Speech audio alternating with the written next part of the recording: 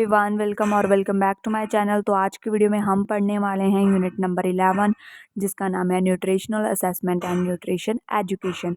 तो मैं आपको बता दूं ये न्यूट्रिशन एंड डाइटिक्स का टॉपिक है जो कि हमारे सेकेंड सेमेस्टर में सब्जेक्ट है। न्यूट्रिशन एंड डाइटिक्स उस बुक का टॉपिक है और ये सिलेबस के अंडर है, तो इसीलिए मैं आपको ये टॉपिक पढ़ा रही हूँ।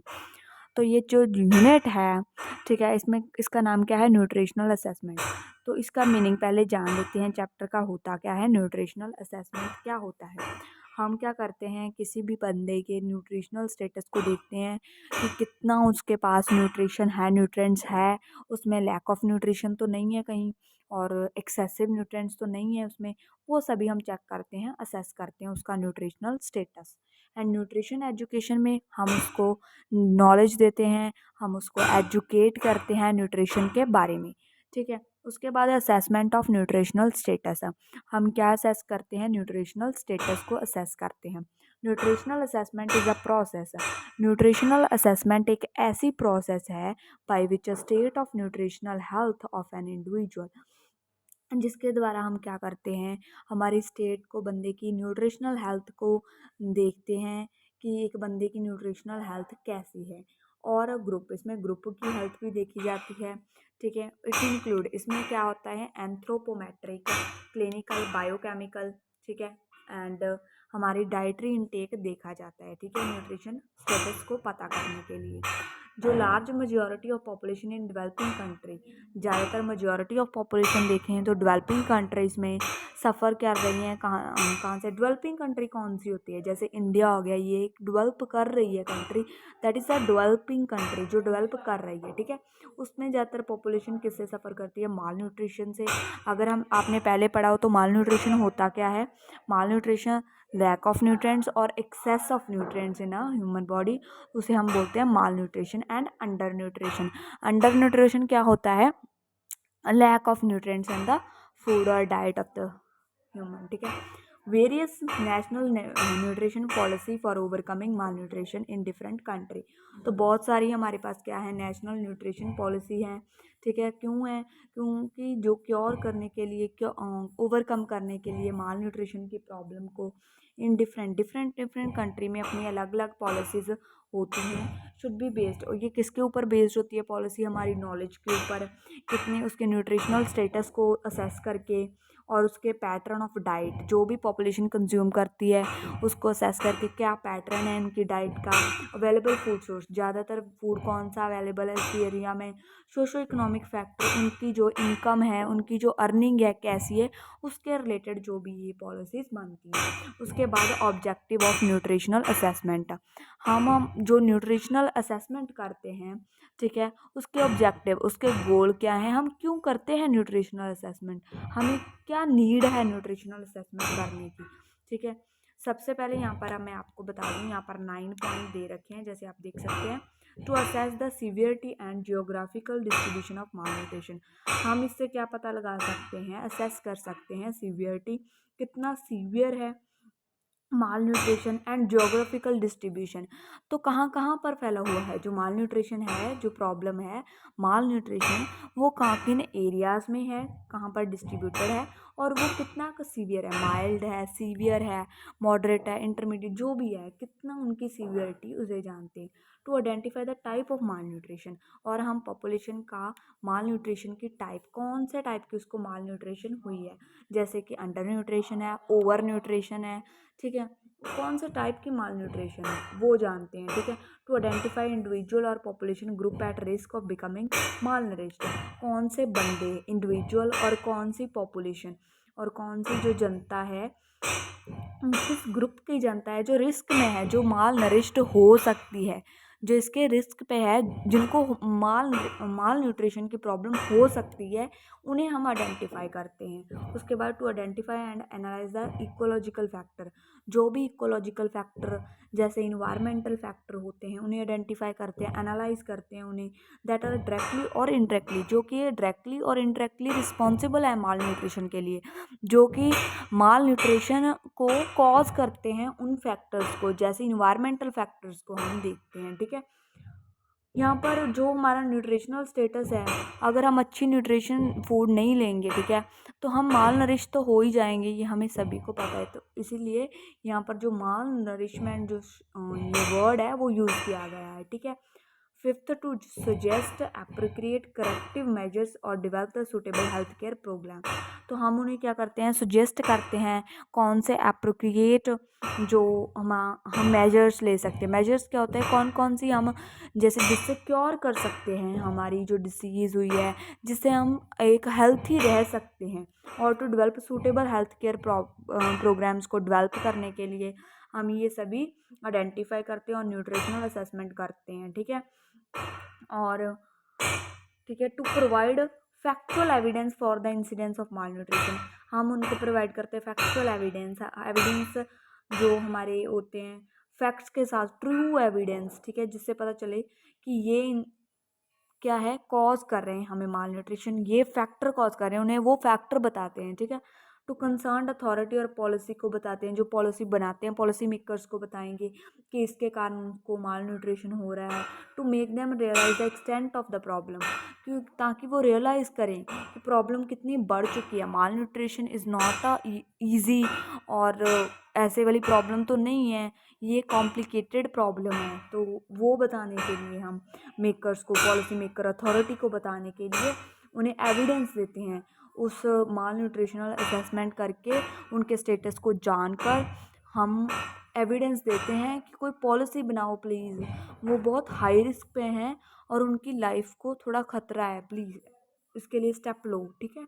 इसके लिए हम असेसमेंट करते हैं, न्यूट्रिशनल असेसमेंट करते हैं। To determine the impact of nutritional programme, तो हम इम्पैक्ट देखते हैं, जो न्यूट्रिशनल प्रोग्राम है उनका इम्पैक्ट देखते हैं, उनकी लाइफ पर क्या है।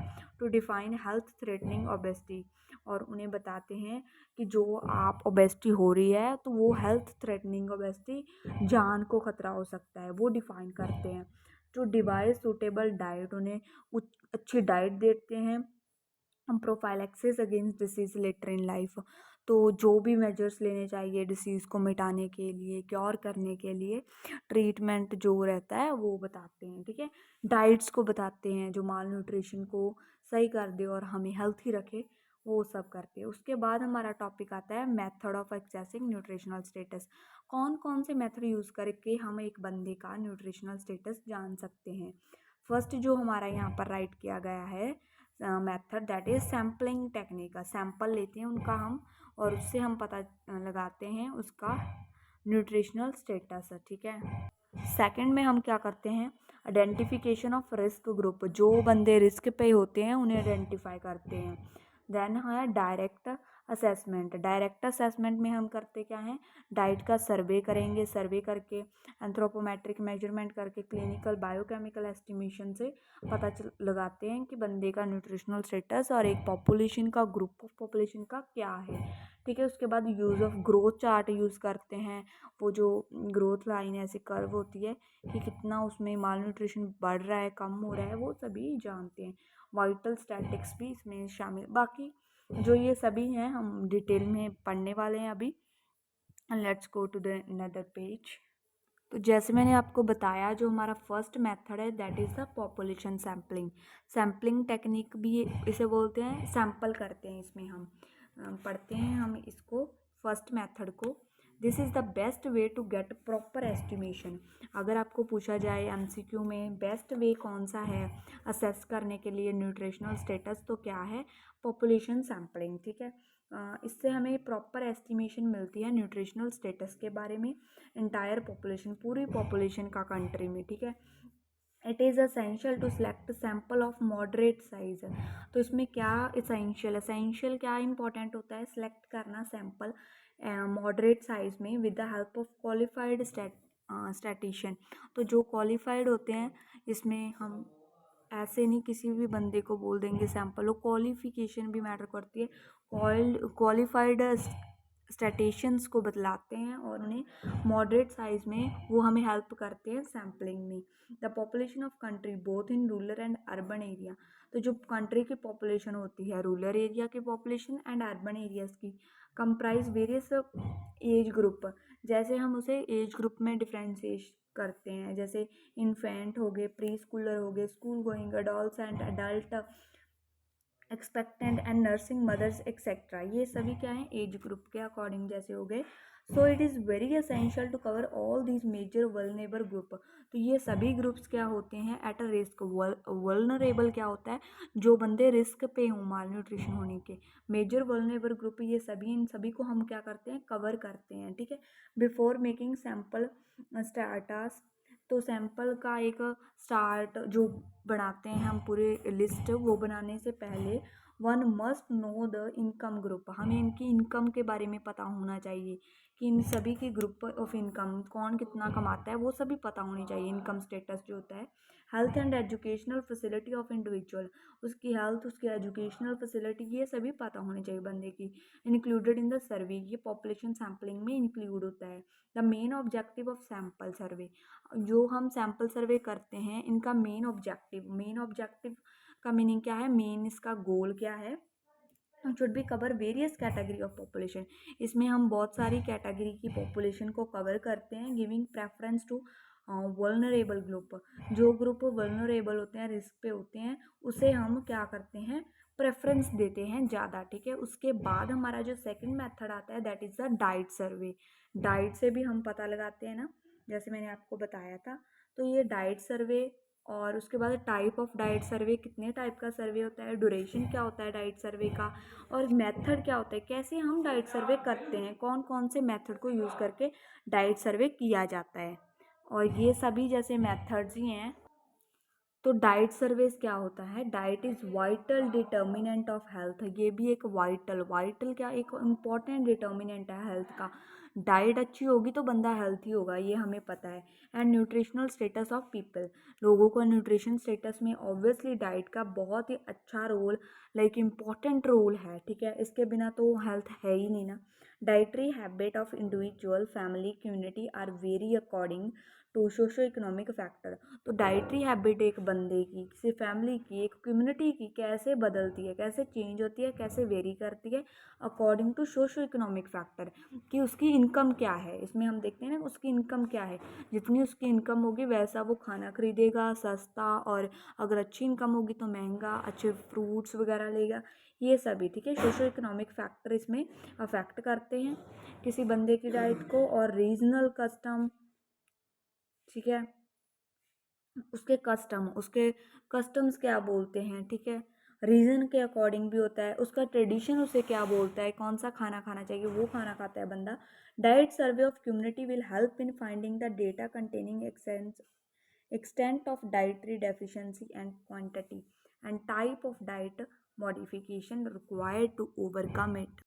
तो जो डाइट सर्वे होता है ना, तो वो किसी भी कम्युनिटी का, जैसे डाइट सर्वे ले लें, वो हमें हेल्प करता है। किस में हेल्प करता है, कि हम डेटा लेते हैं जिसमें ज़्यादातर जो भी डाइटरी डेफिशिएंसी, किस डाइट में क्या डेफिशिएंट है, कौन सी डाइट वो नहीं ले रहा, जैसे, ठीक है, कोई भी डाइट में डेफिशिएंसी है, उसको हम डेटा निकालते हैं, क्वांटिटी, कितनी क्वांटिटी में डाइट ले रहा है, टाइप ऑफ डाइट, और कौन सी टाइप के, जैसे उसके अकॉर्डिंग टू सोशो इकोनॉमिक, जैसे उसकी इनकम के अकॉर्डिंग हम कैसे उसकी डाइट को मॉडिफाई करते, जो कि ये जो माल न्यूट्रिशन की प्रॉब्लम है उसको ओवरकम कर ले और इसे क्योर कर दे, ठीक है।